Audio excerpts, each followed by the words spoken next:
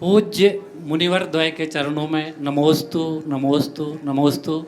पूज्य छुल्लक जी महाराजों के चरणों में इच्छामि इच्छामि इच्छामि।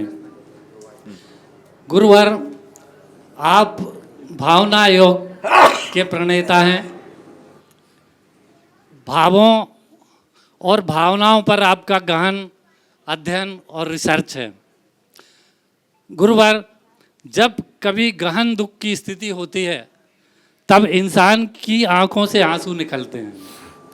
दूसरी ओर जब बहुत खुशी का अवसर होता है या जब किसी भावनात्मक रूप से अच्छी घटना या दृश्य को हम देखते हैं या बात सुनते हैं तब भी आंखों से आंसू निकलते हैं।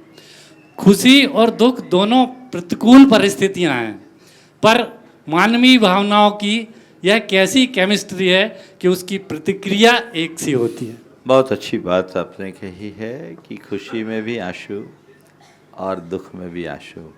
आपने जो सवाल किया बहुत अच्छे अंदाज में किया कि खुशी और दुख दोनों एक दूसरे के विपरीत प्रतिक्रिया हैं, पर प्रकृति दोनों की प्रतिक्रिया एक ही रूप में देती। यद्यपि आंसू के आने का कारण अभी तक पता नहीं चल पाया। वैज्ञानिकों ने अभी मेरी जानकारी के अनुसार आज तक ये साबित नहीं कर पाया कि आखिर आंसू क्यों आते हैं, पर आते हैं।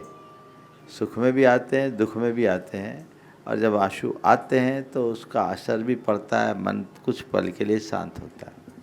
पर जो आपने सवाल किया कि दोनों की प्रतिक्रिया एक समान होती है, तो मैं समझता हूँ इसमें प्रकृति का एक गहरा संदेश छिपा है।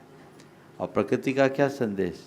प्रकृति का इसमें यही संदेश है, सुख हो या दुख दोनों को समान मानो।